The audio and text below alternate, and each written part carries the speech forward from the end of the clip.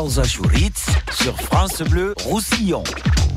Notre grande émission de débat du mercredi, les Achourites, avec vous Mathieu Ferry. Ouais, les grandes gueules de l'actu ce soir. Bonsoir Michel, bonsoir à tous. Ils sont 3 pour l'instant. Il y a Bruno Delmas tout d'abord, bonsoir. Bonsoir. Président du mouvement politique L'Olivier. En face de vous, Jean-Jacques Plane, bonsoir. Bonsoir. Entrepreneur en Val-Espire et président de la Fédération régionale du bâtiment. Et puis Martial Maire, bonsoir Martial. Et bonsoir Mathieu. Un journaliste, un indépendant. On attend d'un instant à l'autre Alexandre Bolo, conseiller municipal Front National à Perpignan. Quels seront les thèmes ce soir abordés ? On parlera de cette foire au Camelot, un des rendez-vous, une tradition du 11 novembre annulée, mesures justifiées ou exagérées, on se posera la question.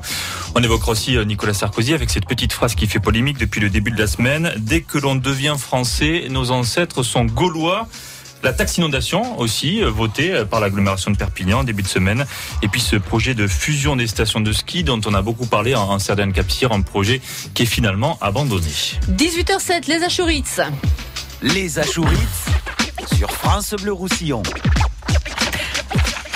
Dès que l'on devient... non, la foire au Camelot... Oui, on va commencer par ça.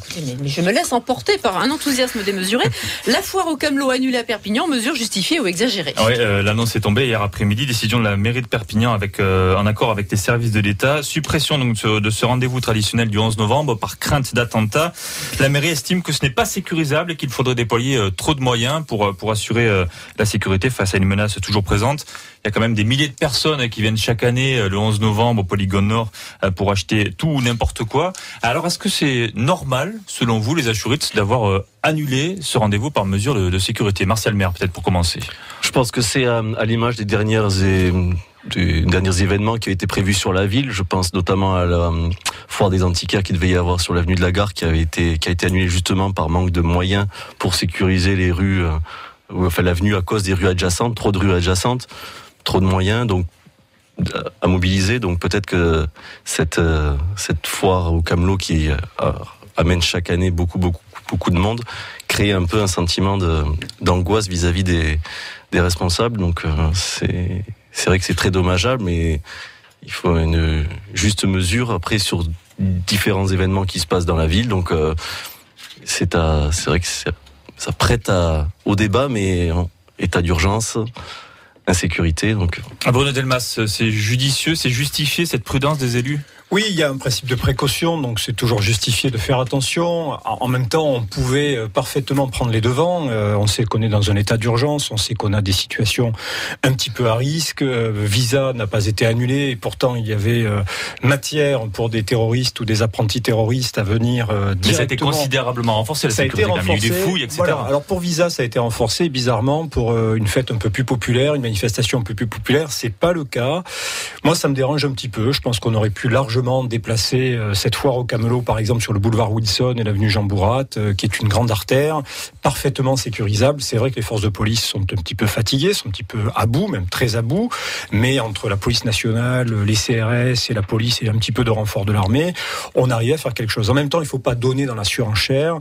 Moi, je note par exemple que sur les lieux de culte du département et de Perpignan en particulier, on met des forces de police le dimanche pour la messe solennelle. Il y a une messe tous les matins à 8h qui est une messe basse, qui est absolument pas sécurisée. Les chrétiens ne demandent pas à ce que ce soit sécurisé, mais je tiens à rappeler que quand le père Hamel a été égorgé, ça a été au petit matin avec très peu de fidèles dans l'église. Donc c'est pas forcément quand il y a le plus de monde que les terroristes ou apprentis terroristes se déplacent. Donc on aurait pu, je pense, prendre le risque de déplacer cette foire et de la tenir normalement. Jean-Jacques Plane, qu'est-ce que vous en pensez ? C'est judicieux ou pas d'avoir annulé ? Écoutez, judicieux peut-être pas forcément, mais ce qui est sûr quand même, c'est qu'aujourd'hui on se rend bien compte que la France est en guerre. On se rend bien compte que n'importe qui peut perpétrer un attentat avec même des petits moyens. Et bien évidemment, je crois que tout ce qui est regroupement de masse, mis à part dans des enceintes closes comme des stades où on peut surveiller les gens qui y pénètrent et effectuer des fouilles, quand on est vraiment en plein air dans une ville avec des multitudes de ruelles à pouvoir sécuriser, c'est quand même très très compliqué. On a vu avec le drame de Nice, et je crois crois que finalement, il faut bien se rendre compte, je crois que nous autres citoyens, nous devons aussi prendre en compte le fait que bien nos libertés vont être restreintes parce que nous sommes vraiment dans un état très particulier aujourd'hui de guerre vraiment contre ces terroristes qui viennent chez nous et qui n'ont qu'un seul but, ce sont des fous, ils n'ont qu'un seul but, c'est de tuer des gens. Mais justement, on s'empêche pas de vivre un peu là en induisant ce type d'événement. Là, c'est la question vraiment de l'étendue de l'événement. Parce que la foire au Camelot, c'est quand même très très grand. Ça représente tout un quartier au Polygone. C'est vrai que c'est difficile à mettre en place. Comme ce matin, l'Indépendant évoquait 40 000 visiteurs par an. C'est pas tant, je pense, la quantité du public, mais c'est l'étendue de l'événement qui pose, je pense, problème et qui a créé cette... En même temps, on avait 7000 personnes à la manifestation pour le oui pour le pays catalan. On n'a pas eu de risque à couvrir puisqu'il n'y a pas eu d'interdiction de la manifestation. Donc, moi, j'ai un peu l'impression que ça donne l'occasion à certains élus de se draper là dans des habits de grands protecteurs en disant mais vous comprenez, moi, je ne peux pas prendre le risque de. Donc, au motif, on en parlera tout à l'heure aussi par rapport aux inondations, mais au motif soi-disant de protéger la population. Donc là, tous les élus maintenant se drapent là-dedans. On interdit, on réglemente. Et le citoyen a l'impression que ça tombe toujours sur lui, les mauvais coups. C'est-à-dire que quand c'est visa ou quand ce sont des grands festivals ou des grandes manifestations, il n'y a pas de problème. Là, c'est super sécurisé. Quand on est dans du populaire, il n'y a plus de sécurité, donc on annule. Et donc, en quelque part, je pense qu'on n'est pas tous égaux devant la manière dont on élimine un certain nombre de manifestations. À ce moment-là, on peut se poser la question aussi de savoir si la foire Saint-Martin ne sera pas annulée. Ça, c'est une question qu'on peut se poser. Voilà, il y a beaucoup de monde à la foire Saint-Martin. Alors, est-ce qu'elle sera annulée ou pas ? Ça aussi, on peut s'interroger. Mais j'ai l'impression qu'on a un peu trop tendance à annuler ces grands événements populaires sur lesquels on pourrait avoir quelques renforts. On a les moyens de renforcer et je crois que c'est aux élus de prévoir et d'anticiper ce genre de choses. La foire est une enceinte fermée, ce sera certainement plus facile à sécuriser. Enfin, ce serait quand même... Parce que là, c'est vrai, c'est ouvert, là, la foire au Camelot. Chantal Brosy, ce matin, dans l'Indépendant, disait qu'il fallait mettre des kilomètres de barrières, peut-être, pour sécuriser. C'est impossible. Elle a qu'à changer de lieu. Vous mettez boulevard Wilson, vous avez en tout et pour tout une demi-douzaine de rues à boucher avec des voitures ou avec des plots en béton, comme ça a été fait sur la place du Castillet, à côté du Café de la Poste, pendant le visa. Il y aura personne qui va prendre 50 mètres d'élan depuis, par exemple, le couvent des Minimes pour rentrer au boulevard Wilson. Donc, ça se sécurise. C'est comme ça, vous savez, vous avez des grandes villes, vous avez New York, la 5e avenue est fermée tous les dimanches, cette 5e avenue, tout le monde prend possession, vend des jus de fruits, des fringues, etc., etc. C'est une ville qui est extrêmement menacée, il y a certes des moyens plus importants, on nous prétend qu'à Perpignan, on a le plus grand réseau de vidéosurveillance, on nous parle de sécurité à longueur de journée, et à la moindre manifestation, c'est le couvre-feu, tout le monde rentre à la maison. Donc, c'est une impression, moi, qui me déplaît, parce qu'on donne le sentiment aux citoyens que d'abord, il y a 2 poids 2 mesures, que tout est prétexte à arrêter les choses, à limiter les opérations. Les jeudis de Perpignan se sont passés avec des dizaines de milliers de personnes dans les rues de Perpignan. Il y a eu des alertes en permanence, il n'y a pas eu de risque, ça a été bien protégé. Qu'est-ce que cela aurait été si nous avions éliminé tous les jeudis de Perpignan cet été ? En tout cas, qu'est-ce qu'il faut comprendre là ? Que, effectivement, vous le disiez, les élus se drapent, se protègent, ou que clairement, aujourd'hui, l'État, les services municipaux n'ont plus les moyens de nous protéger. Jean-Jacques Pan, peut-être ? Oui, moi je pense qu'effectivement, ça a été dit tout à l'heure, mais les services de police sont usés, fatigués. La police municipale aussi, c'est pareil, ils sont un petit peu en sous-effectif et c'est très compliqué d'assurer quand même d'assurer la sécurité de telles manifestations. Et à longueur d'année, ça se répète, c'est-à-dire qu'effectivement, c'est clair qu'il y a beaucoup de manifestations et donc il y a des manifestations peut-être qui, aux yeux des élus, revêtent un petit peu plus d'importance que d'autres ou ont une meilleure accroche vis-à-vis du public, vis-à-vis même des médias nationaux. Et donc, je conçois qu'à un moment donné, on soit amené à faire des choix. Vous savez, le choix dans la vie, c'est quelque chose qu'on fait tous les jours quand on est à la tête d'une entreprise. Je crois que quand on est un élu, on est amené à faire des choix. Et si chaque fois qu'un élu fait un choix, on trouve qu'il n'est pas pertinent, on finit quand même par se mordre la queue. Alors justement, le fait qu'on annule, est-ce que ça vous rassure d'un certain côté de se dire on va pas jouer avec le feu, voilà, on va pas tenter la chose, ou ça vous inquiète finalement de voir que il y a quand même beaucoup d'événements qui sont annulés depuis cet été quand même dans les Pyrénées-Orientales? Bien sûr que c'est inquiétant. Oui, c'est inquiétant. Il y en a partout. Il y en a partout. Je veux dire, j'ai des exemples dans la grande région. Il y en a partout des trucs qui ont été annulés. Et pourquoi ils ont été annulés? Parce qu'à un moment donné, si les maires ou si les élus continuent à les faire et qu'il se passe quelque chose, au moindre dérapage, on va leur dire mais pourquoi vous l'avez fait? Je trouve quand même que c'est trop facile d'un côté de dire il faut le faire et de l'autre côté, au cas où ça se passe mal, de toute façon, on a tort pareil. C'est compliqué. Non, mais c'est des sécurités à Perpignan. On est en droit de s'interroger parce que le discours sécuritaire à Perpignan, on nous le rabat matin, midi et soir. Mais moi, ce que je constate dans la vie des Perpignanais, par exemple, vous prenez les caillassages des bus sur le Vernet. On est tellement sécuritaire, on est tellement droit dans nos bottes qu'on a mis 8 mois à rétablir la ligne de bus. Et pendant 8 mois, sous prétexte que 2 gamins de 13 ans caillassaient les bus, on a tout simplement interdit à une population du Vernet d'avoir sa ligne de bus. Pendant 8 mois pour établir. Donc on n'est pas bon dans le sécuritaire. On n'est pas bon du tout. On prend des mesures comme ça, là, d'urgence, rapide, sans concerter les gens, sans chercher de solutions alternatives. Parce que moi, ce que je reproche à cette décision, c'est de nous mettre devant le fait accompli. C'est qu'ils auraient parfaitement pu étudier des solutions alternatives en disant, bon, est-ce que Wilson, c'est une solution alternative? Est-ce que, puisque la foire Saint-Martin, c'est un endroit clos et donc potentiellement sécurisable, est-ce qu'il ne faut pas installer les camelots sur l'espace face au palais des expositions? Là, ça donne... Et fermer l'espace, exactement. Et là, ça donne quoi? L'occasion au maire de Perpignan de dire, écoutez, moi, je suis le grand protecteur de la population, je suis un gars très prudent, on arrête tout ça, non, moi je protège les gens. C'est le même discours sur les inondations et sur la taxe, tout à l'heure on parlera, sous prétexte de protéger les gens, on leur tape 20 balles de plus tous les ans sur la feuille d'impôt. Voilà. Il n'y a pas de lisibilité en fait dans l'organisation ou la non-organisation de ces événements.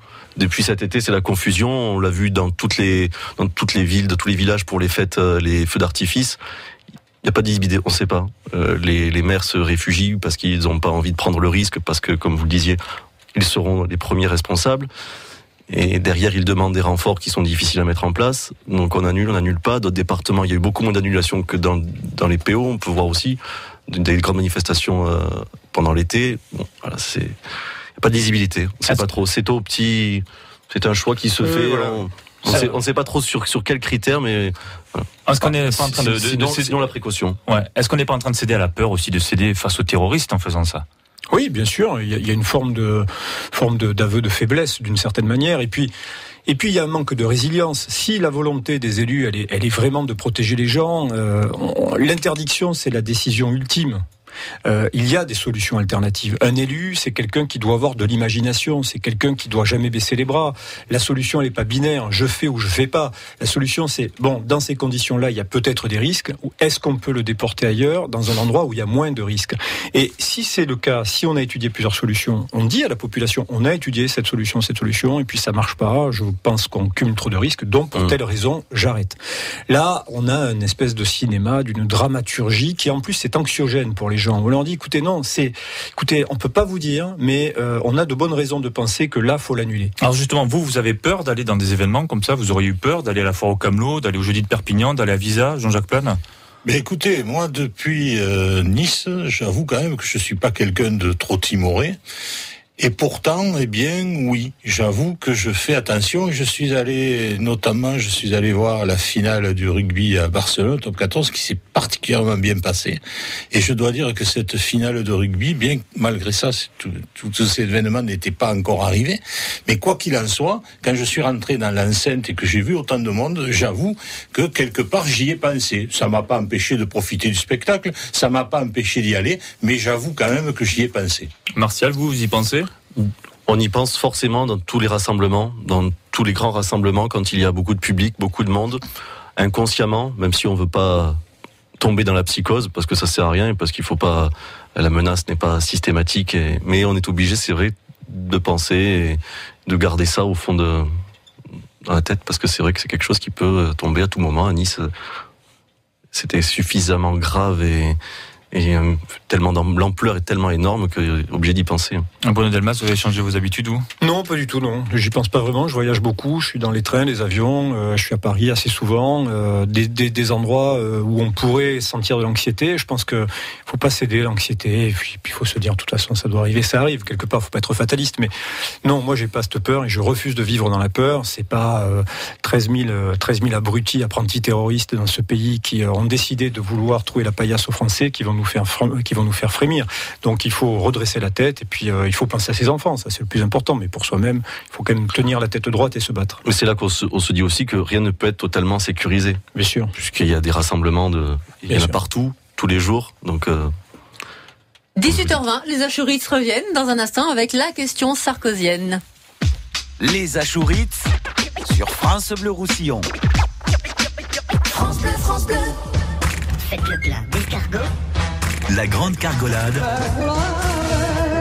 France Bleu Roussillon. Vous aimez jouer? Gagner des invitations au restaurant? La grande cargolade est faite pour vous. Répondez aux questions, alignez les cargoles sur la garbille et gagnez des cadeaux. La grande cargolade. Dès demain à 11h. Sur France Bleu Roussillon. Avec l'application France Bleu, appelez votre France Bleu en un seul clic. Pour téléphoner et participer en direct aux émissions et aux jeux, France Bleu, bonjour. un seul bouton et vous êtes en ligne. Plus simple, plus interactive, plus proche de vous. L'application France Bleu. Disponible sur App Store et Android. Maman, tu m'emmènes pas à l'école? Déjà? Ici, on reste en vacances. Le temps de remplir la paperasse pour réparer la voiture. Bah, c'est la rentrée quand même. La rentrée, ça va, il y en a une tous les ans. Tiens, si tu arrives à déchiffrer cette déclaration de sinistre, tu auras gagné au moins 3 ans sur ton programme scolaire. C'est bon, ça? Nous aimerions tous obtenir une solution concrète dès le premier appel. Avec l'assurance auto et habitation Alliance, un conseiller vous propose une solution dès le premier appel. Et en ce moment, jusqu'à 2 mois gratuits selon les contrats pour toute souscription faite avant le 31 décembre 2016. Voir conditions sur alliance.fr. Alliance, avec vous de A à Z. France Bleu, France Bleu. France Bleu Roussillon. La circulation parfaite sur la 9 en ce moment dans le centre-ville de Perpignan, pas d'agitation, un petit peu de monde sur la pénétrante nord en direction du sud et le pont Arago, l'avenue de Prades en direction de l'ouest et l'avenue du Docteur Toreil en direction du sud, sinon le reste est parfait. Et en gare de Perpignan, tous les trains sont à l'heure au départ comme à l'arrivée. Les Achourites sur France Bleu Roussillon. La taxe inondation votée par l'agglo de Perpignan. On parlera de Nicolas Sarkozy un peu plus tard. On évoque donc cette taxe inondation désormais votée par la communauté urbaine. C'était lundi soir, 54 voix pour, 15 contre. Payer plus en gros pour ne pas avoir les pieds dans l'eau, c'est ce qu'on nous promet à l'agglo, une taxe de 20 € maximum par an et par foyer. Alors on explique ça du côté de l'agglo en disant que l'État se désengage et que désormais c'est aux collectivités d'agir pour la prévention des inondations. Il faut financer des nouveaux travaux. Est-ce que cette taxe, les Achourites, c'est quand même pas la goutte d'eau pour les contribuables catalans et de l'agglo perpignanaise? moi j'habite au 4e étage, je sais pas si je vais payer. Je pense qu'elle va y arriver, oui. Oui, non, c'est un scandale. C'est un scandale. Écoutez quand même ce qui s'est passé sur cette agglomération. On a eu l'année dernière le concert des pleureuses. Monsieur Pujol, Monsieur Calvé, Monsieur Dupont, le maire de Canet, qui était aux finances de l'agglomération, nous disant il faut absolument que la communauté d'agglomération devienne une communauté urbaine pour que l'on puisse percevoir une dotation globale de l'État plus importante. Donc il est important d'aller vers cette communauté urbaine parce qu'on va perdre 9 millions d'euros par an. Voilà. Donc tout le monde est allé vers cette communauté urbaine. Quelques maires réticents sont fait tirer l'oreille. Donc elle existe. L'argent de l'État est là. Et là, aujourd'hui, on découvre qu'il n'y a pas assez d'argent et qu'il faut prendre 20 à 25 € supplémentaires tous les ans sur le dos de chaque habitant de l'agglomération. C'est honteux. Ils ont l'argent. Ils ont l'argent, mais ils le dépensent mal. C'est-à-dire qu'aujourd'hui, l'agglomération a des coûts de fonctionnement qui sont 20 fois, qui ont 20% de progression de plus par rapport à la moyenne des autres agglomérations. Jean-Marc Pujol d'ailleurs a avoué qu'on était tellement endetté à l'agglo qu'on était obligé de passer par cette taxe. Voilà. Il faudrait voir le nombre des dépenses, il faudrait voir justement la nature des dépenses qui sont faites chaque année en détail pour voir si à un moment donné il n'y a pas moyen de trouver des économies. Où était Jean-Marc Pujol ces 20 dernières années? Il n'était pas là, il était adjoint aux finances du maire de Perpignan. Il était à l'agglomération. Il était premier adjoint de Perpignan et il découvre que la ville a mal dépensé. Il n'a pas voté, lui. Il dénonce ce matin dans l'Indépendant le fameux portique à 40 millions d'euros que je dénonce depuis des années à Saint-Charles, qui a coûté 40 millions d'euros, qui n'a jamais soulevé un conteneur de sa vie. Il dit aujourd'hui, en clair, mon prédécesseur, monsieur Alduy, a fait n'importe quoi avec cette histoire-là, c'est une bêtise, on arrête. Mais il l'a voté. Il a voté. Alors c'est bien de reconnaître ses erreurs, mais il a voté. L'augmentation de l'eau, je vais vous dire pourquoi c'est un double scandale. Parce que cette année, ça a échappé à la plupart des habitants de l'agglomération et de la ville. Les membres du comité syndical d'eau et d'assainissement de Perpignan ont voté l'augmentation de leurs indemnités. Ils ont voté l'augmentation de leurs indemnités. Et ces gens-là, aujourd'hui, nous disent, finalement, on a tous pris un peu plus de pognon dans nos poches perso. Monsieur Pujol a désigné des vice-présidents fantômes de la communauté urbaine, c'est-à-dire au-delà du nombre de 15, alors que, souvenez-vous, la Cour des comptes, à l'époque, avait reproché à monsieur Alduy d'en avoir quasiment 36. Donc, lui, il a renommé des gens, avec des indemnités en plus. Donc, l'argent fout le camp là-dedans dans les poches des élus. Et aujourd'hui, on découvre qu'il manque un peu d'argent pour de l'inondation qui ne vient pas. Et on profite pour taper 25 euros par an dans les poches des Perpignanais. Alors l'inondation, puisque M. Bollot est arrivé, si M. Pujol continue comme ça, c'est une inondation de votre Front National qu'il aura aux prochaines municipales. Je dis, alors ça fait plaisir à M. Bollot. Mais c'est ça. Bonsoir Alexandre Bollot, vous êtes conseiller municipal Front National à Perpignan. Vous venez d'arriver et on a eu Louis Alliot justement en invité sur France Bleu Roussillon lundi matin. On va le dire comme ça, il a gueulé contre cette taxe inondation. Pourquoi elle est mauvaise cette taxe inondation ? Mais déjà tout simplement, c'est une nouvelle escroquerie de la part de Jean-Marc Pujol qui prend les électeurs et les Perpignanais pour des imbéciles depuis avant même sa réélection, ou plutôt son élection, puisque la première fois, il n'avait pas été élu, mais nommé par son mentor, Jean-Paul Alduy, n'est-ce pas ? J'ai un peu de retard, pardonnez-moi encore. Mais la vérité, c'est que cette taxe de 20 euros, moi je ne siège pas à la métropole, mais mes collègues m'en ont parlé, j'ai lu la délibération. C'est tout simplement 20 euros piqués dans les poches des habitants de la métropole pour financer la nouvelle gabegie défendue par Calvé, Pujol et consorts pour aménager les berges de la Tête depuis le Soleil jusqu'à hypothétiquement l'embouchure de la Tête. Voilà. Est-ce que ça correspond au souhait des Perpignanais de se faire racketter une fois de plus pour financer un projet dantesque du même titre que le Théâtre de l'Archipel, qui finalement ne rencontrera peut-être pas le succès escompté? Ou est-ce qu'ils préfèrent regarder ces 20 euros dans la poche? Moi, je pense que, tout simplement, pour des projets de cette envergure, il faudrait faire des référendums. Et ça éviterait de ponctionner les contribuables sans leur demander leur avis. Parce que je crois que ça commence vraiment à fatiguer tout le monde. Du côté 6% du conseil départemental, 20 euros du côté de l'agglo, ça fait lourd. Du côté de l'agglo, en tout cas, on ne parle pas forcément des berges de la Tête. On dit qu'il faut 5 millions d'euros par an pour faire une digue à Salais, une digue à Téza, un chenal à Canet. Jean-Jacques Plante, vous n'habitez pas dans l'agglo, vous êtes en Val-Espire, vous, mais est-ce que vous seriez prêt à payer pour financer des projets pour protéger des inondations? Alors, je vais vous dire que non, de suite, et pour une bonne raison. C'est parce que quand vous construisez ou quand vous initiez un projet, on paye ce qu'on appelle une taxe d'équipement et que la taxe d'équipement, logiquement, doit répondre à toute la mise en sécurité des réseaux, doit répondre justement à équiper les communautés d'agglo pour qu'elles puissent se parer contre les inondations. Et donc, c'est parfaitement anormal que l'on vienne demander un complément alors que c'est logiquement payé en première instance par les gens qui font des projets. Et quand l'agglo dit, mais on est obligé quand même d'avancer parce que l'État se désengage, c'est à nous de faire le boulot maintenant sur la prévention des inondations. Alors après, si vous voulez, qu'il y ait un constat de l'agglo qu'effectivement il n'y ait plus assez d'argent pour pas faire ces travaux, la chose est complètement différente. C'est-à-dire qu'effectivement, c'est peut-être le cas. Maintenant, est-ce que c'est aux résidents de cet agglo de payer un manquement de fonds et qui n'ont pas été mis au bon endroit au bon moment? Ça, c'est un débat qui reste ouvert. Il y a des choix budgétaires aussi à faire. Alain Ferrand, le maire du Barcarès, qui fait partie de la majorité, lui, il a voté contre cette taxe. Il dit, on pourrait trouver de l'argent, par exemple, sur le budget du conservatoire qui coûte 12 millions d'euros par an. Il faut faire des choix budgétaires. Alexandre Bollot. Taper sur le conservatoire, c'est un peu facile parce que le prédécesseur de Jean-Marc Pujol avait déjà pas mal tapé dessus dans la mesure où ils ont supprimé plus d'une centaine de places dans les premières années. Donc ils ont privé pas mal d'élèves qui auraient eu envie d'éducation musicale de pouvoir en faire pour compenser un petit peu les budgets déficitaires au niveau notamment de la paie des personnels, puisqu'il faut quand même pas oublier qu'il y a eu un moment, c'était très difficile de payer les employés de l'agglo. Mais si c'est pas le conservatoire, on peut les prendre ailleurs peut-être, non? Non, moi je pense qu'il faut pas les prendre ailleurs. Il fallait tout simplement expliquer sur les indemnités des élus d'une part, mais c'est vrai que ça pourrait faire un peu démago, même si moi je suis entièrement pour des revenus modestes pour les élus. Ça, je crois qu'on est tous d'accord là-dessus, et particulièrement au Rassemblement Bleu Marinais, au Front National.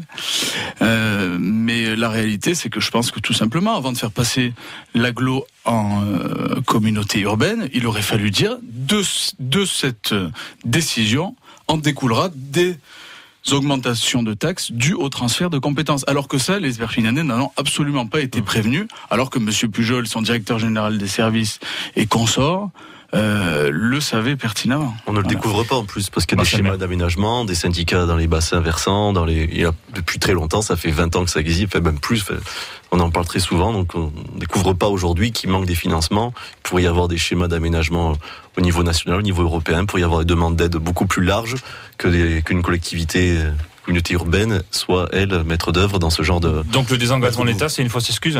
Bien sûr, bien sûr. Avec M. Pujol, c'est toujours pareil. Pour la sécurité, c'est le désengagement de l'État. Pour la propreté, c'est le désengagement de l'État. Non, mais Jean-Marc Pujol, il dit le matin, il dit une chose le matin, il fait le contraire l'après-midi. Ça, on est habitué. Je veux pas cumuler, il cumule. Je lèverai pas plus d'impôts, il lève des impôts. Le problème de fond, au-delà du fait c'est que l'agglomération, elle est exsangue, elle est asphyxiée. Il y a plus d'argent. Ils se sont amusés à faire des prêts toxiques à l'époque, donc tout ça, ça coûte cher à rembourser. Maintenant, si on veut parler d'inondation, il y a un problème de fond. Là, on est en train de parler de solutions curatives improbables. La réalité, c'est que dans ce département, les mêmes élus délivrent des permis de construire à tour de bras. Vous avez vu l'expansion de certains lotissements dans le département qui font qu'on a aujourd'hui des risques d'inondation. 40% de la population vit en zone inondable. Exactement. Et ça, c'est un gros risque. C'est-à-dire qu'aujourd'hui, les élus qui sont en recherche d'assiettes fiscales importantes, de recettes fiscales importantes, autorisent à tour de bras, et M. le Pujol est en tête là-dessus, des grandes surfaces commerciales, des zones artisanales, des lotissements. Vous avez des lotisseurs qui arrivent de l'extérieur du département, qui ont posé leurs panneaux partout. On a l'impression qu'ils se sont même appropriés le département. Ça, aujourd'hui, c'est un gros risque en matière d'inondation et d'écoulement des eaux. Les friches agricoles sont de plus en plus importantes, les terres agricoles ne sont plus travaillées, donc on a effectivement, aujourd'hui, on cumule des risques d'inondation importants. Si on veut avoir un emploi intelligent de l'argent public, c'est en redonnant de l'argent aussi au monde agricole pour pouvoir retravailler ces terres, les remettre en culture ou mettre des cultures alternatives et faire en sorte qu'on se protège par des moyens que nos grands-pères et nos arrière-grands-pères avaient inventés, qu'on se protège contre les risques d'inondation. Ça, c'est le vrai fond du problème. La petite taxe que lève M. Pujol parce que depuis 30 ans, il laisse filer les déficits avec ses amis. C'est un faux problème, il faut vraiment s'y opposer, politiquement, tous les bords confondus, car c'est un leurre et c'est ce qui exaspère les gens. Voilà, on en a marre. 18h30, vous écoutez les Achourites. Nos invités ce soir, je les rappelle, Bruno Delmas, vous venez de l'entendre, de l'Olivier, Martial Maire de l'Indépendant, Alexandre Bollot du Rassemblement Bleu Marine et puis Jean-Jacques Plane, entrepreneur en Val-Espire. Et la question dans un instant franco-gauloise de Sarkozy. France Bleu, France Bleu. Ben Bingout, c'est l'actualité de la Catalogne Sud, la culture, l'économie, les traditions, tout ce qu'il faut savoir de Barcelone à Figueres en passant par Gérone.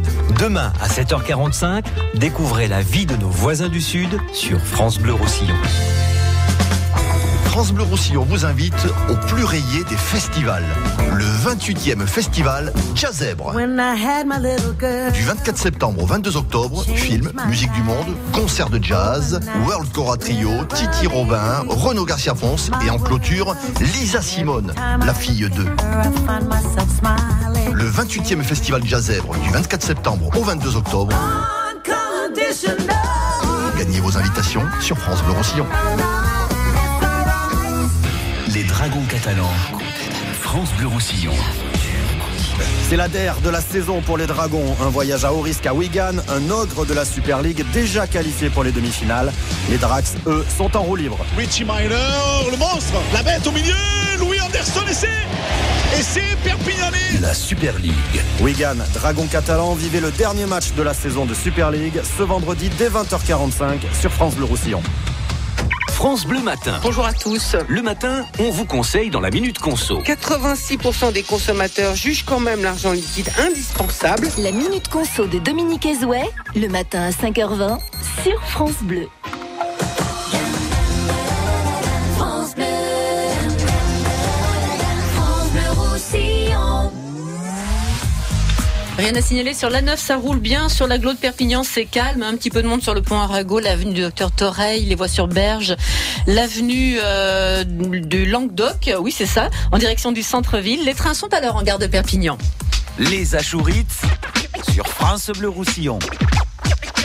Dès que l'on devient français, nos ancêtres sont gaulois. Fin de citation. Êtes-vous d'accord avec Nicolas Sarkozy ? Ouais, l'ancien président crée la polémique avec cette petite phrase lundi soir en meeting à Franconville. Réaction dans son propre camp, Alain Juppé notamment, qui dit quand on coupe les racines d'un arbre, il meurt. Réaction également au sein du gouvernement pour la ministre de l'Éducation. Une fois un cours d'histoire à Nicolas Sarkozy. Oui, il y a des Gaulois parmi nos ancêtres, mais il y a aussi des Romains, des Normands, des Celtes, des Burgondes, des Visigoths, des Italiens, des Espagnols. C'est ça la France, a dit la ministre de l'Éducation. Alors vous, les Achourites, ils sont quoi, vos ancêtres? Ils sont Gaulois ou pas? Moi, quand je vois Jean-Jacques Plaine, je me dis, ils sont vikings, ces ancêtres, ils sont pas gaulois. Déjà. Non, ils sont pas vikings et ils sont pas gaulois. Ils sont pas gaulois. Alors moi, ça m'a fait beaucoup sourire parce que alors, je me sens français, profondément français, mais je me sens pas gaulois. Et d'ailleurs, j'ai toujours pesté à l'école parce qu'on me faisait apprendre cette foutue histoire de France, alors que finalement, pour nous, l'histoire de France, ça n'a été qu'une partie de notre histoire. Et quand on est catalan, on a une histoire bien à part de l'histoire de France, et celle-là, on ne nous l'apprend pas. Donc, je veux dire, qu'on dise qu'on soit gaulois ou pas, ça m'a beaucoup amusé, mais moi, personnellement, je me sens pas du tout gaulois, et donc, voilà, quoi, je suis plus ibère, je suis plus visigoth que gaulois. Alexandre Bolo, quand on est français, on est automatiquement gaulois? C'est une expression quand même qui a toujours été relativement controversée. Elle a été inventée sous la Troisième République pour en quelque sorte forger ce qu'on appelle le roman national. Mais aujourd'hui, elle a été supprimée des livres d'école, elle a été supprimée du langage courant. Moi, mes ancêtres ne sont absolument pas gaulois. En ce qui me concerne, c'est plutôt hispano, italiano, parisiano, catalano, français. Voilà, c'est un joli melting pot. Mais aujourd'hui, je suis français. C'est le plus important. Martial Maire. Moi, je trouve que ce débat, c'est vraiment n'importe quoi. C'est parce qu'il participe à faire que les Français se réapproprient la politique. Au contraire, je pense que c'est ce qui creuse encore l'écart. C'est pas ça qui va inciter les jeunes à aller voter. C'est pas ça qui crée un débat intellectuel ou qui c'est vraiment quelque chose qui préfère même pas en parler. C'est un débat qui est ridicule. Un mot ridicule, je trouve, un petit mot ridicule. Bruno Delmas. Oui, je suis complètement d'accord avec Martial. C'est des choses, après l'Eurofoot et les Jeux Olympiques, on a l'impression qu'on entame maintenant les Jeux du cirque, là, avec la primaire et la présidentielle. La politique qu'on a apprise à l'école ou que nos parents ou grands-parents ont connue, qui avait une certaine hauteur, c'est terminé. Là, c'est la politique des petites phrases, des tweets à 140 caractères. Donc c'est à celui qui inventera l'expression qui va faire le plus de buzz. C'est du n'importe quoi. Et je crois que Nicolas Sarkozy, particulièrement, en tant qu'ancien président de la République, il faut qu'il évite maintenant, s'il veut retrouver le cœur des Français, c'est pas gagné, il faut qu'il évite d'aller sur ces terrains glissants. Bon, on a compris maintenant qu'une certaine partie de ces militants et lui-même ont envie de courir après le Front National ou les Bleus Marines. Les Bleus Marines se sont fait aspirer les voix en 2007, maintenant c'est un combat sur ces histoires identitaires. Et Nicolas Sarkozy, c'est le discours du Front National, là. C'est un discours moi je trouve que c'est un discours qui me satisfait pas, parce qu'en fait on dresse les gens les uns contre les autres d'une certaine manière. Moi, je suis un patriote au sens étymologique du terme. La patrie, c'est la terre de nos pères. Et pour nos pères, c'était la terre de leurs pères aussi. Je suis patriote, je suis pas nationaliste, encore moins catalaniste, si on va sur ce débat-là. Mais ce que je veux dire, c'est que quand on est né dans un pays où qu'on a adopter ce pays-là, on n'abandonne pas ses racines. Enfin, je veux dire, c'est quand même assez honteux d'expliquer aux gens que s'ils ne se reconnaissent pas dans les ancêtres les Gaulois, ils peuvent pas se considérer comme des bons Français.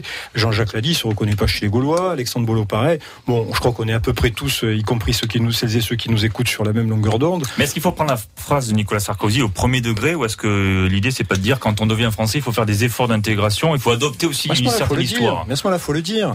Il faut que les gens, et notamment du parti de Nicolas Sarkozy, qui se veulent extrêmement pointus sur les questions identitaires, fassent les choses dans les règles, mettent un petit peu leurs actes en pratique. Quand vous avez cet été, après l'histoire du burkini des élus, notamment sur le littoral, qui dit burkini, moi je n'ai pas vu. J'ai pas vu le burkini. Vous alliez à Canet, il y avait des burkinis tous les soirs. Le maire de Canet, qui est républicain, lui, c'est le seul à pas avoir vu de burkini. On leur demande pas de prendre un arrêté. On leur demande pas de chasser les gens avec des burkinis. On leur demande de faire leur job d'élu, de s'exprimer, de donner leur opinion et de prendre des mesures, bonnes ou mauvaises, mais de prendre des mesures et de les discuter pour mettre en confiance le citoyen. Le citoyen aujourd'hui, il a droit à quoi quand il a ses élus? Il a droit à ce qu'on lui serre les paluches une fois tous les 6 ans et de temps en temps quelques tweets avec plus ou moins d'effet buzz. Mais il n'y a rien qui intéresse la relation entre le citoyen et le politique. Les politiques ont perdu le lien. Le politique n'a pas besoin de ça, je pense. Le politique n'a pas besoin de ce genre de petites phrases Il suffit de regarder aujourd'hui les taux d'abstention et aujourd'hui l'intérêt que pour les élections et pour le débat politique, je pense que ça c'est vraiment quelque chose qui peut écœurer plus qu'autre chose. Alexandre Bollot, en sortant cette phrase, Nicolas Sarkozy veut siphonner les votes Front National. Il fait clairement la course à un certain électorat identitaire qui compose une partie de l'électorat français. Il reprend la bonne vieille recette qui avait fonctionné en 2007, mais qui ne fonctionnera pas en 2017. Et qui n'a pas fonctionné en 2012, parce qu'en 2012 il a fait un petit peu la même chose aussi. En 2012, il a quand même siphonné pas mal d'électorats au Front National, mais il s'est fait battre par Flamby. Voilà, c'était inéluctable. La détestation était trop forte. Mais est-ce que le FN est débordé sur sa droite là, avec ces propos de Nicolas Sarkozy ? Je pense pas que le FN soit débordé par sa droite, parce que Marine est quand même aujourd'hui une candidate qui réussit à fédérer dans les intentions de vote entre 30 et 33%, alors que la campagne n'a pas encore démarré. Je pense qu'il y a peu de chances pour que Nicolas Sarkozy empiète encore un peu plus cette fois-ci sur cet électorat de premier tour, parce que les gens ont envie de vraiment donner un signal fort aux politiques qui sont en place maintenant depuis des décennies, et sans forcément vouloir nous donner notre chance à nous cette fois-ci. Mais ils veulent les alerter sur ces thématiques-là qui leur sont chères, à savoir la sauvegarde de leur patrimoine entre guillemets identitaire, franco-français, et sur la question des migrations, évidemment, qui sont prégnantes et qui constituent une des premières préoccupations avec l'emploi des Français. Jean-Jacques Pana. Ouais, moi je suis assez atterré par tout ça, parce que ce qui est important, je crois que c'est ce que l'on est. Et ce que l'on est, ça nous est transmis par nos gènes, et nos gènes, on les hérite de coutumes, de traditions. Et ces coutumes et ces traditions, il faut qu'on en soit fier. Et si on arrive à en être fier et à les exprimer librement dans une république apaisée, eh bien, on va apporter à cette république. Et on va former une grande nation. Et aujourd'hui, est-ce que la république est apaisée, justement, par rapport aux identités ? La république, elle n'est pas apaisée. Elle est tellement pas apaisée que, regardez, j'ai dû aller samedi dernier lors de la manifestation, mais j'y suis allé avec quoi ? Avec mes bretelles sans kéor, un t-shirt sur Catala, et j'ai pas mis des braies comme Astérix, le Gaulois. Voilà, donc en fait, on n'est pas apaisé parce qu'on a toujours besoin de prouver notre identité, et nos identités, on a de plus en plus de mal à les exposer, alors que c'est pas dangereux de penser à promouvoir son identité, dans la mesure où on se fond après dans des règles et des lois de la République. Les identités régionales ne sont absolument pas incompatibles avec l'identité nationale. Bien ça, sûr. c'est clair. Est-ce que cette petite phrase aussi de Nicolas Sarkozy, elle n'est pas symptomatique du fait que la France aujourd'hui s'interroge sur son identité ? Clairement, aujourd'hui, on a un constat avec des... Moi, je vais vous dire, je suis consterné par ces femmes qui pavoisent dans les rues avec une tunique de la tête aux pieds. Parce que pour moi, c'est du pavoisement. C'est pas de la religion, c'est même pas du prosélytisme. Il y a rien de philosophique là-dedans. Et donc, en fait, c'est quoi ? On a un laisser-aller sur le principe des valeurs. Alors on nous dit la réponse c'est l'éducation. Moi je dis peut-être que la cause aussi c'est l'éducation. Qu'est-ce qui s'est passé pendant 20 ans dans les collèges, dans les lycées, dans les écoles, pour qu'à un moment donné on n'ait pas pu transmettre à ces enfants en devenir des valeurs qui sont d'abord les valeurs républicaines, la valeur de respect de l'autre, qui aurait permis d'ailleurs de respecter cette expression identitaire, même pluriel, mais sur un socle qui est le socle de l'identité républicaine. Voilà. Liberté, égalité, fraternité, et moi je rajoute justice. Dans ce pays aujourd'hui, c'est le quant à soi. Les frontières ont explosé, les jeunes se font éduquer sur Facebook par des mecs qui postent des vidéos depuis la Syrie, vous entendez des discours complètement délirants auxquels on donne un écho incroyable qui commence à rendre les gens dans un état totalement dépressif, et donc on focalise sur cette problématique d'identité qui fait peur aux gens. Parce que moi je peux le comprendre, Jean-Jacques il exprime une autre peur, se dire moi mon identité de catalan, et je suis catalan, je suis pas catalaniste, mon identité de catalan elle est menacée. Donc on voit que de toutes parts nos identités sont menacées, et quand on commence à voir que l'identité est menacée et qu'on perd d'une certaine manière son identité ou qu'elle est menacée d'effacement, finalement c'est soi-même qui se sent menacé. Et donc les gens sont en situation d'insécurité, mais pas d'insécurité au sens flic du terme, une insécurité sur sa propre existence, sur qui je suis, vers où je vais, comment je me positionne par rapport aux autres, et ça devient vraiment fatigant dans ce pays. Ça devient fatigant de se rendre compte que du jour au lendemain, il y a un groupe qui se monte. Maintenant, c'est le voile. Demain, je ne sais pas ce que ça va être. Après, ça va être les bigatanes. À tous ces niveaux-là, c'est du n'importe quoi. Il faut s'exprimer, il faut construire, il faut agir, il faut se rencontrer. Et Jean-Jacques l'a dit à juste titre, quand on est sûr de soi, quand on dialogue, on construit des choses fortes, on construit une nation forte, on construit une république forte. Voilà, c'est sur l'ouverture. Là, on se recroqueville les uns sur les autres, c'est terrible, c'est extrêmement flippant. C'est une crispation supplémentaire, là, cette phrase de Nicolas Sarkozy? Non, on va l'avoir d'autres. Hein. Je veux dire, là, jusqu'au mois de mai, les uns et les autres. Alors, c'est pas fini. Mais c'est pas fini, mais de tous les bords. Hein. Je veux dire, ça va y aller, quoi. Donc voilà, on va se laisser fatiguer par tout ça jusqu'au mois de mai, et puis on verra bien ce que les électeurs vont décider, quoi. Ça amplifie le phénomène surtout. Ça amplifie le phénomène, je pense. Oui. De dresser comme vous disiez, de dresser les personnes les unes contre les autres, les communautés les unes contre les autres. Ce genre de petites phrases ne fait qu'amplifier. On a besoin de ça en ce moment-là? Non, pas du tout. Non, parce que pendant qu'on fait ça, on parle pas emploi et on parle pas économie. Hein. Et puis il y a des endroits où ça se passe très bien, et puis Exactement. Merci d'avoir choisi France Bleu Roussillon. Ce soir, les Achourites, ça continue dans un instant. Michel Pirard, on va parler de quoi? Exactement, nous allons parler du projet de fusion des stations de ski abandonnées en Cerdagne-Cap-Cyr. Les Achourites sur France Bleu Roussillon. France Bleu, France Bleu. France Bleu vous fait aimer le cinéma. On n'a qu'à tout recompter, non? C'est plus prudent. François Gauthier et Radin. Combien j'ai sur mon compte déjà? 248 596 € que je fasse des économies. Sa vie va basculer en une journée. Il tombe amoureux et découvre qu'il a une fille. Pourquoi elle débarque comme ça? Qu'est-ce qu'elle veut? C'est le début des problèmes, car mentir peut parfois coûter très cher. Radin, une comédie de Fred Cavaillé avec Danny Boone, le 28 septembre au cinéma. Toutes les infos sur francebleu.fr. Voici un message des alchimistes pour l'association France Alzheimer Catalogne. Le 21 septembre, c'est la journée mondiale de la maladie d'Alzheimer. Dans les Pyrénées-Orientales, le nombre de personnes malades estimé est de 9000. Celui des aidants familiaux présents à leur côté 7 jours sur 7 est de 18 000. Une personne malade, c'est toute une famille qui a besoin d'aide. Alors, oser en parler, c'est pouvoir s'informer, être aidé et accompagné. Ne restez pas seul face à la maladie. Contactez France Alzheimer Catalogne, Paul Alzheimer, au 04 68 52 22 22 ou paul-alzheimer.fr.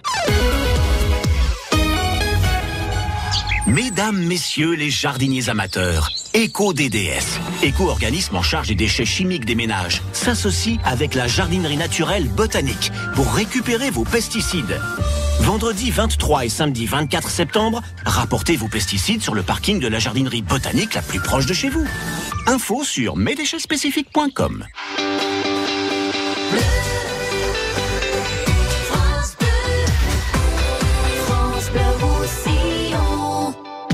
Les Achourites sur France Bleu Roussillon. Avec Mathieu Ferry et nos invités, le projet de fusion des stations de ski abandonnées en Cerdagne-Cap-Cyr. Mathieu. Ouais, on en parle avec autour de la table Jean-Jacques Plane, Bruno Delmas, Martial Maire et Alexandre Bolo. La fusion des stations de ski donc abandonnée. La mobilisation a certainement payé puisque une association avait saisi le ministère de l'Environnement et le ministère estime que le projet est incompatible avec la charte du parc naturel régional dans ce secteur. Alors est-ce que cet abandon de la fusion c'est un soulagement pour vous ou c'est une occasion ratée pour l'économie du département? Jean-Jacques Plane. Allez, comme vous pouvez l'imaginer, j'ai passé 7 ans de ma vie à combattre des pylônes qu'on devait ériger dans les Pyrénées-Orientales. Alors, effectivement, je voyais pas ça forcément d'un très bon œil. Après, quand même, je voudrais dire aussi que la Cerdagne aujourd'hui souffre énormément et que quand on est élu en Cerdagne, on est face à des difficultés incommensurables et qu'on essaye aussi de trouver des solutions et que peut-être on se dit que c'était une bonne idée. À mon avis, c'était pas une bonne idée et quoi qu'il en soit, ça a été rappelé justement de la plus belle des façons, c'est qu'aujourd'hui, la climatologie actuelle certainement ne donnera pas au ski de futur très important. Deuxième problématique, on était sur des vallées qui étaient vierges de tout et donc on allait complètement détruire. Troisième problématique, si tant est que ça serve à quelque chose, en plus c'est saisonnier. Et on a besoin en Cerdagne de trouver de l'emploi à temps complet et non pas saisonnier. Donc je crois qu'il y avait toutes les meilleures raisons du monde pour ne pas le faire. Maintenant, il y avait peut-être aussi des raisons de le tenter et d'essayer de se rendre compte de quelle façon ça pouvait être perçu, est-ce que ça pouvait amener ou pas. Martial Maire, c'est une occasion ratée pour l'économie là, du département? Raté, je ne sais pas, mais c'était peut-être un projet un peu trop surdimensionné. C'est ce qu'il faut aujourd'hui regarder plus attentivement. Pourquoi ça n'a pas marché? Est-ce que c'était le bon projet? Est-ce qu'il fallait ne pas simplement se contenter de relier Font-Romeu aux Angles, plutôt de relier, d'aller jusqu'à Formiguère, parce que je pense que c'est ce qui a fait aujourd'hui que le projet est remis en question. C'est vrai que le déficit d'enneigement aussi pose problème. Est-ce qu'on va, chaque année, il se creuse. Cette année encore, je crois qu'il est assez important. On le voit par rapport aux bouillouses et par rapport aux productions d'électricité là dans la vallée de la Tête. Donc c'est vrai qu'il y a beaucoup d'enjeux par rapport à cette économie de la neige. Mais raté, non, parce que j'espère qu'on arrivera à trouver un compromis, un consensus autour de ces deux stations qui sont... C'est-à-dire qu'il faudrait quand même aller vers une fusion, mais autrement ? Il faut trouver, je pense, le bon projet, la bonne dimension, et ce qui, sans dépenser aussi, sans des chiffres, que l'investissement soit à taille humaine comme doit l'être le projet. Alors Jean-Louis Demelin, le maire de Font-Romeu, il en veut quand même aux opposants. On va tous crever la bouche ouverte. Merci les écolos, c'est ce qu'il a dit sur France Bleu Roussillon. Vous êtes d'accord avec lui, Alexandre Bollot ? Moi, je ne souhaite pas que ces stations de ski crèvent la bouche ouverte, parce que ce soit les habitants de la Plaine ou de la Cerdenne, du Cap-Cyr et de tout le département des Pyrénées-Orientales, on est tous attachés à notre Font-Romeu, nos Angles. Et c'est vrai que cette idée de fusion de stations de ski entre Font-Romeu, Puy-Morens et les Angles, c'était, à mon avis, une chance en or pour nous de faire concurrence à l'Andorre, de se positionner en acteur majeur du ski, qui est un sport indémodable, et bien qu'on soit lié quand même aux difficultés climatiques, on n'a quand même pas des retombées de neige suffisantes pour les faire fonctionner autant qu'on aimerait. Mais à mon avis, on a loupé une bonne occasion de développer une fois de plus le département touristiquement comme il devrait l'être depuis déjà bien longtemps. Après, on peut comprendre les écolos. On peut être à la fois amoureux de la montagne et avoir envie de protéger la montagne, tout en ayant envie de développer l'économie. Et c'est vrai que les pylônes, c'est pas particulièrement agréable à regarder, mais après, quand il neige et qu'on voit les touristes qui se régalent à descendre les pistes et qui peuvent aller d'une station à l'autre sans forcément prendre la voiture, aller d'un parc de stationnement à l'autre, c'est un atout supplémentaire. Et malheureusement, cet atout, avec l'avis de notre, je pense que c'est le ministère de l'écologie. C'est vrai que Ségolène Royal a quand même une sacrée tendance verte. Elle a subi la pression d'un lobby écolo, et aujourd'hui, il est possible que les stations le paient le prix fort. Ça veut dire qu'aujourd'hui, on ne peut plus rester en l'état. Il faut qu'on évolue, Bruno Delmas, sur ces stations de ski. Vous savez, moi, je ne vais pas faire le côté ancien combattant, mais en 1998, j'avais 28 ans, j'étais directeur de cabinet de Christian Bourquin, et j'ai lancé, contre l'avis de tous les élus, les premières assises de la neige et de la montagne sur toute la Cerdagne et le Cap-Cyr. C'est une région que j'adore dans notre département, je la connais très bien. Et j'avais dit, attention les gars, on était en 98, donc je parle de ça il y a 18 ans. On est dans une situation qui est extrêmement compliquée, réchauffement climatique, nos stations de sport d'hiver ne sont pas à des niveaux économiques suffisamment importants pour pouvoir développer de l'économie d'échelle. Il est importantissime de regrouper les stations et de mettre en place un projet dès maintenant qui va permettre d'une part de faire des économies d'échelle et de pouvoir réinvestir. C'est ce que préconise la Cour des comptes. Voilà, mais moi je l'avais fait en 98, on avait réuni tous les élus concernés, personne n'a voulu se mettre d'accord. Ensuite il y a eu la création du parc, Christian Bourquin est devenu président, les élus n'ont toujours pas lancé de programme de regroupement, donc pendant 18 ans on n'a rien fait. Et là, avec l'énergie du désespoir, on sort un projet qui va coûter des dizaines de millions d'euros, qui est à contre-courant de l'histoire en termes climatologiques, en termes économiques, et on dit il faut ça, sinon on va crever. Non, là, il y a un problème à régler. Sur la Cerdagne et le Cap-Cyr, il est unique, c'est la route nationale 116. C'est ça. Voilà. Si une fois pour toutes, on met les moyens qu'il faut pour terminer ce chemin de muletier, parce que c'est un chemin de muletier, la RN 116, qui va de Perpignan à Font-Romeu, je peux vous garantir qu'on va faire, pour tous les habitants de Cerdagne et du Cap-Cyr, on va leur faire du grand bien. On va réintroduire du service public aussi avec des postes et des écoles. Ça, c'est essentiel. Et quand on aura fait ça, là, parallèlement, il faut mettre en place de vrais projets qui sont des projets d'attraction économique. Je prends par exemple le cas en Andorre. Vous allez en Andorre-la-Vieille, ils ont fait un truc qui ne balafre pas du tout l'environnement, c'est la plus grande luge sur rail à ciel ouvert au monde. Elle fait 5 km 500. Vous y allez, été comme hiver, vous avez 3 heures de queue pour faire ces 5 km 500 de luge. Et ça coûte 12 € le tour. C'est-à-dire, un forfait de ski, c'est quasiment 40 €. Un tour de luge en Andorre, c'est 12 €. L'investissement, ça a été 6 millions d'euros. C'est dans la forêt, il n'y a pas de bruit. La Rabasse. Il n'y a pas de population. Le massif de la Rabasse. Il n'y a pas de pollution, exactement. Il n'y a pas de pollution et ça fait plaisir à tout le monde. Ce genre de projet, il est à 2 km à vol d'oiseau de la Cerdagne et du Cap-Cyr. Pourquoi on n'est pas capable de l'importer chez nous ? Alors c'est vrai qu'une fois qu'on aura introduit de l'investissement sur la Cerdagne et le Cap-Cyr, on ne peut pas le faire si on ne règle pas le problème de l'axe routier. Madame Malherbe, présidente du conseil départemental, est complètement absente du projet. Madame Neuville, on l'entend pas, elle est députée de la circonscription, elle est secrétaire d'État. Il n'y a pas 1 € de plus depuis qu'elle est ministre qui est tombée sur le département pour finir cette route. Quand allons-nous libérer la Cerdagne et le Cap-Cyr de cette espèce de chemin de muletier qui bloque tout développement économique ? Jean-Jacques Pan, comment on fait pour ne pas crever la bouche ouverte ? Mais pour ne pas crever la bouche ouverte, effectivement, je crois que là, l'accès, c'est très très important, bien évidemment. Et d'ailleurs, pourquoi la Cerdagne s'est-elle développée avec les Catalans du Sud ? Plus qu'avec finalement les populations perpignanaises, parce que de l'autre côté, eh bien l'accès vers Barcelone et la remontée sur toute la Cerdagne et sur Puigcerdà, c'est aisé. On y va très facilement. Il y a la double voie vers Barcelone. On y va très facilement. Donc effectivement, les voies d'accès, c'est très très important.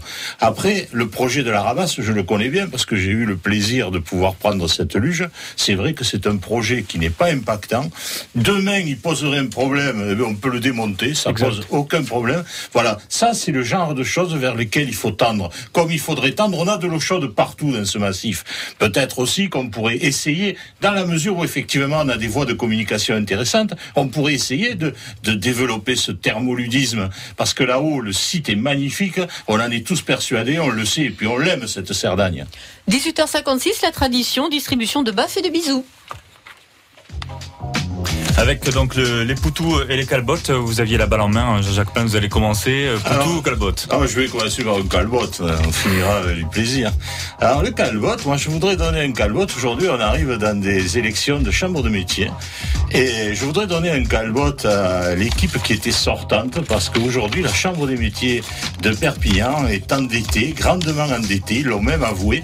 Ils ont avoué bien en dessous de la réalité, puisque la réalité c'est 5 millions d'euros. Et donc on met ça sur le dos de l'État. Paradoxalement, sur les 13 départements de la région, seuls les Pyrénées-Orientales sont endettés à ce niveau, et même les autres sont excédentaires. Donc un gros calbotte. Et un poutou. Et un beau poutou. Voilà, je voudrais faire un poutou aujourd'hui pour les énergies renouvelables à André Joffre. André Joffre, parce que André Joffre est un monsieur qui ne s'est jamais découragé. Et pourtant, il a connu des hauts. Il a connu des bas avec le solaire, avec des gouvernements successifs qui n'ont pas tenu leurs promesses, qui ont coupé. Et cet homme, il est toujours là, il est toujours présent, il tient la baraque.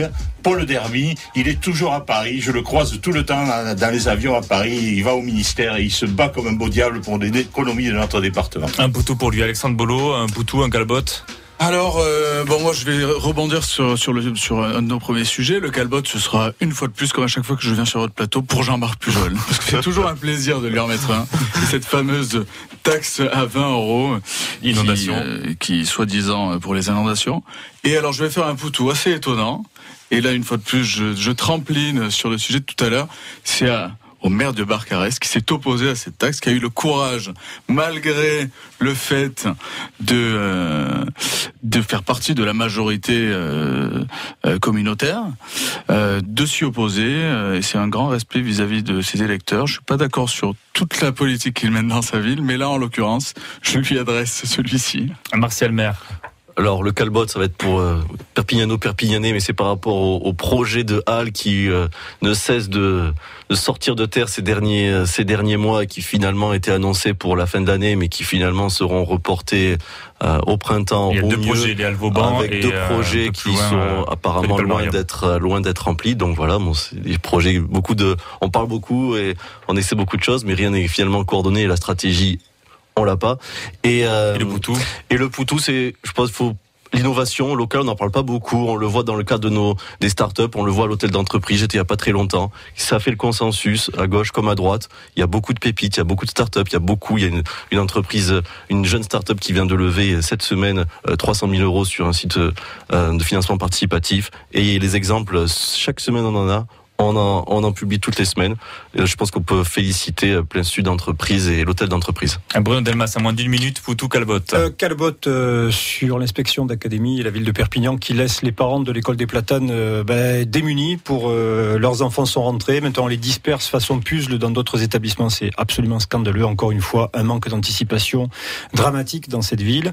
Et le Poutou, c'est pour 2 personnes qui ont disparu.